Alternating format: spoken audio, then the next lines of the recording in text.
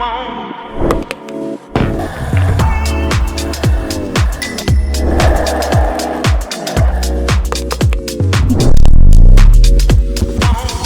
welcome back students. இது உங்கள் mister physics channel. நம்ம இந்த வீடியோவில் என்ன பார்க்க போறோம் அப்படின்னா மோஷன் இன் எ பிளேன் அப்படின்ற கான்செப்ட் கீழே பேரலோகிராம் லா வெக்டார் அடிஷன் கான்செப்ட் ஓரியன்டான கொஸ்டின் நிறைய ப்ராப்ளம்ஸ் கூட நம்மளுக்கு இதுல இருந்து நம்ம பார்க்க போறோம். சரி, இப்போ பேரலோகிராம் லா வெக்டார்ஸ்க்கான ஸ்டேட்மெண்ட்டை பார்த்துரும். கொஞ்சம் ஹேண்ட் ரைட்டிங் அப்படி இப்படி தான் இருக்கும், கொஞ்சம் அட்ஜஸ்ட் பண்ணிக்கோங்க. Two vectors are represented in the magnitude and direction by the two adjacent side of the parallelogram drawn from a point. இப்போ A வெக்டார்னு ஒரு வெக்டார்ஸையும் P வெக்டார்ன்ற டூ வெக்டார்ஸ் ரெண்டு அடுத்தடுத்த பக்கமா அதான் adjacent side of the parallelogram அப்படின்னு நம்ம draw பண்ணோம்னா இதோட ரிசல்டன் வெக்டார் எப்படி இருக்கும் அப்படின்னா the resultant is represented in magnitude and direction by the diagonal of the parallelogram drawn from the same point. அதே சேம் பாயிண்ட், இந்த O அப்படின்ற சேம் பாயிண்ட்ல இருந்து தான் இந்த ஆர்ன்ற ரிசல்டன் வெக்டாரும் இந்த ரெண்டு வெக்டாரோட டயகனல் பாயிண்டா அமையும். இவ்வளவுதான் parallelogram law வெக்டார். அப்படின்னா என்ன அர்த்தம்? இது ஏன்ற ஒரு வெக்டார், சரிங்களாப்பா? இதை வேணா OP அப்படின்னு வச்சுக்கணும். இத P வெக்டாருக்கு அப்படியே பேரலா ஒரு சைடு எடுத்தா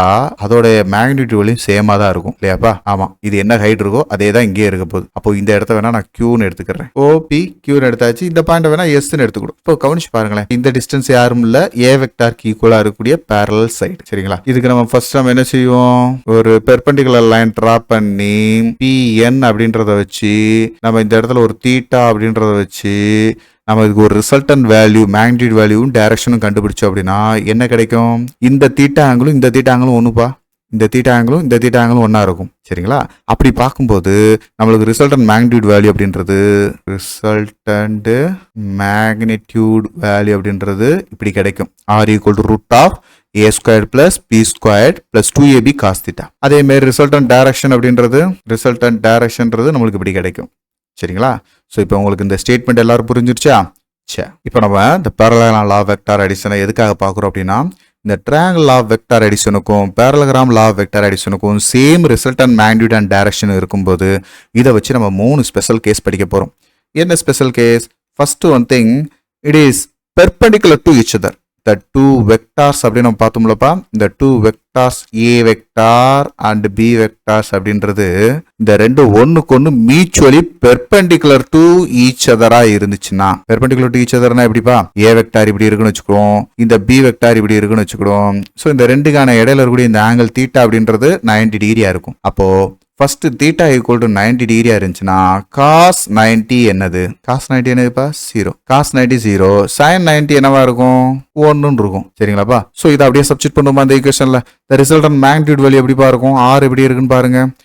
R அப்படின்னு பார்க்கும்போது A squared plus P squared, இந்த 2AB cos thetaல cos 90 0 ஆயிடுச்சுன்னா இந்த டேர்ம் இஸ் 0.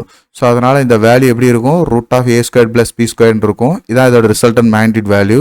ஆங்கிள் அப்படின்னு பார்க்கும்போது tan ஆல்ஃபா அப்படின்றத எப்படி எழுதலாம்? P sin theta அப்படின்னா P 90 டிகிரி 1, அதே நேரத்தில் P cos 90 டிகிரி அப்படின்னு பார்க்கும்போது 0 ஆயிடும். ஸோ அப்போ B/A.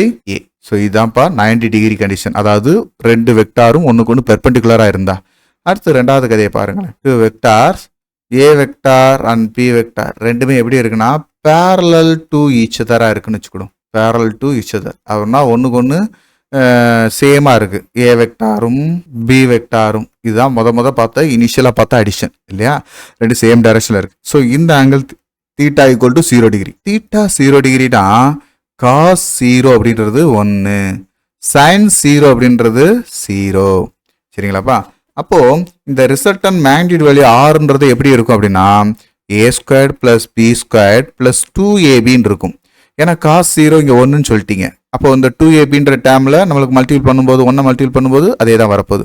இந்த ஃபார்முலா எப்படி இருக்கு? A plus B whole squared ஃபார்முலாவில் இருக்கு இல்லையா? அதுக்கு ஸ்கொயர் ரூட் எடுத்தோம்னா இந்த formula A plus B whole squared ஃபார்முலாவில் இருக்கு. இதுக்கு ஸ்கொயர் ரூட் எடுத்தோம்னா ஸ்கொயர் ரூட்டும் இது என்ன செஞ்சிடும்? கேன்சல் ஆகிடும். அப்போ இதை A plus Bன்னு எழுதலாமா? ஸோ அப்போ இதுக்கு A plus B அப்படின்னு எழுதிக்கலாம். ஆங்கிள் பார்ப்போமா?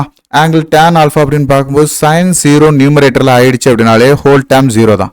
அப்போ tan ஆல்ஃபா அப்படின்றது டைரக்ஷன் 0ன்றத காட்டுது, சரிங்களாப்பா? தென் தேர்டு டூ வெக்டார்ஸ், நம்மளுக்கு A vector and B vector அப்படின்றது ஒன்றுக்கு ஒன்று ஆன்டி பேரலா இருக்குன்னு வச்சுக்கணும். Anti parallel to each other அப்படி இருந்துச்சுன்னா தீட்டா ஈக்குவல் டு, அதாவது A வெக்டார் இப்படி இருக்கு, பி வெக்டார் அதுக்கு ஆப்போசிட் டைரக்ஷனில் இருக்குன்னு வச்சுக்கணும். அப்போது இது இந்த ஆங்கிள் வந்து 180 degree difference. So 180 degree difference அப்படின்னு பார்க்கும்போது காஸ் 180 -1 இருக்கும், சைன் 180 0 இருக்கும்.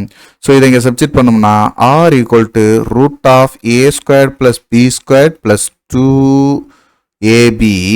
இந்த காஸ் 180 டிகிரி -1 போட்டோம். அப்போ -1 டேம் வந்துச்சுன்னா இந்த டேம் என்னவாகும், -2ab இருக்கும். ஸோ இது எப்படி இருக்கு, a - b ஹோல் ஸ்கொயர்டு ஃபார்முலால இருக்கா. ஸோ இதை ஸ்கொயர் ரூட் பண்ணோம்னா ஸ்கொயர் ரூட்டும் ஸ்கொயரும் போயிடும். ஸோ a - bன்னு வரும். இதோட ஆங்கிளும் இங்கே சைன் 0ன்றதுனால tan ஆல்ஃபா அப்படின்றது என்னவா வரும், 0 தான் வரும். புரிஞ்சுங்களாப்பா. ஸோ இந்த ஸ்பெஷல் கேஸை நீங்கள் அடிஷ்னலாக தெரிஞ்சுக்கணும். ஸோ இதை வச்சு நம்மளுக்கு ஏதாவது ஒரு ப்ராப்ளம் நம்மளுக்கு கண்டிப்பாக கேட்பாங்க. சரிங்களாப்பா. தொடர்ந்து இதேமாதிரி நெக்ஸ்ட் ஒரு வீடியோவில் பார்க்கலாம். தேங்க்யூ. இந்த வீடியோ உங்கள் எல்லாருக்கும் பயனுள்ளதாக இருக்கும்னு நான் நம்புகிறேன். உங்களுக்கு இது ரொம்ப ஈஸியாக இருந்துச்சு அப்படின்னா மறக்காமல் லைக் பண்ணுங்கள்.